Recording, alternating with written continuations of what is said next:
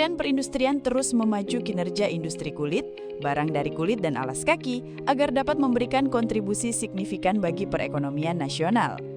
Sektor ini tercatat mengalami pertumbuhan sebesar 6,95% pada triwulan 1 tahun 2025, lebih tinggi dibanding capaian periode yang sama tahun 2024 sebesar 5,90%. Sementara itu nilai ekspor industri kulit, barang dari kulit dan alas kaki sepanjang Januari hingga Maret 2025 mencapai 2,26 miliar US dollar atau meningkat 12,25% dibanding periode triwulan 1 tahun 2024. Hal ini menunjukkan sektor ini memiliki potensi dan peluang untuk terus dikembangkan. Salah satu daerah yang berpotensi untuk pengembangan sentra industri kecil dan menengah IKM sektor kulit, yakni Provinsi Daerah Istimewa Yogyakarta atau DIY, khususnya di wilayah Bantul dan Keparakan. Namun demikian, tantangan yang dihadapi para pelaku IKM setempat terbilang tidak sedikit. Antara lain, kurangnya keterampilan teknis, minimnya peralatan modern, hingga lemahnya akses ke pasar yang lebih luas. Untuk itu, Kemenperin melalui Balai Besar Standarisasi dan Pelayanan Jasa Industri Kulit, Karet, dan Plastik atau BBSPJ IKKP Yogyakarta menjalin kerjasama dengan Dinas Perindustrian dan Perdagangan atau Disperindak, Provinsi DIY untuk menyelenggarakan kegiatan pelatihan teknik produksi bagi 40 peserta dari IKM kulit di wilayah Yogyakarta. Kegiatan yang berlangsung dari tanggal 2 sampai dengan 23 Juni 2025 ini difasilitasi oleh Dana Alokasi Khusus atau DAK non-fisik dari Kemenperin. Kepala BBSPJ IKKP Hagung Eko Pawoko menjelaskan, pelatihan tersebut menjadi bagian dari strategi pemerintah dalam mendorong IKM naik kelas melalui penguasaan keterampilan teknis yang disertai sertifikasi kompetensi.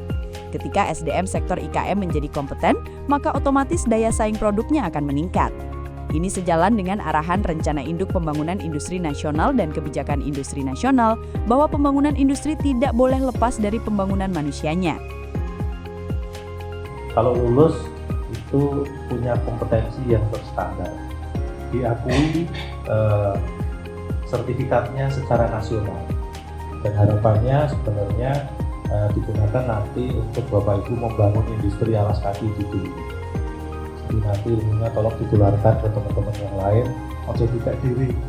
Nah, dipek dewe nanti Bapak Ibu pengetahuannya nggak bertambah karena cuma dipeketi sendiri. Ya.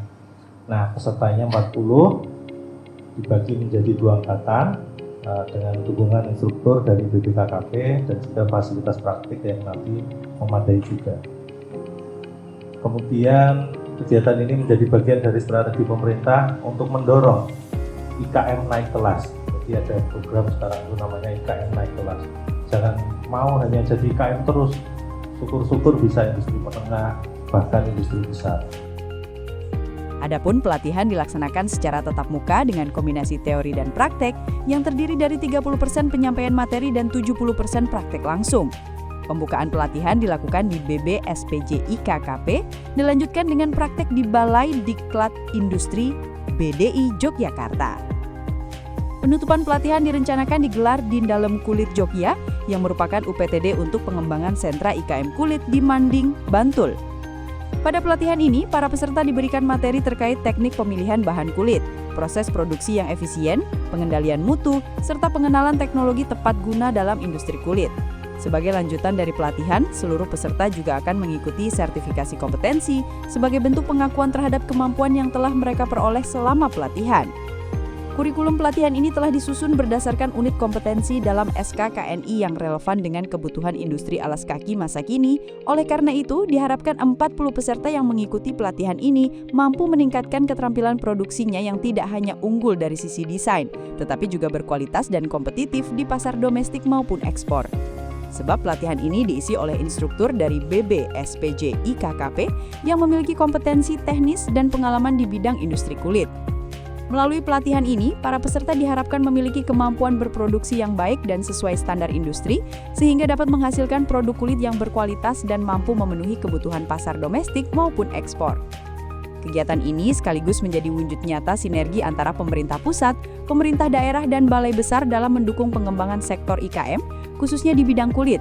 Sehingga melalui pelatihan berkelanjutan seperti ini, produk kulit DIY semakin dikenal luas karena kualitasnya yang unggul, inovatif, dan sesuai dengan tren pasar. Industri Ya, jangan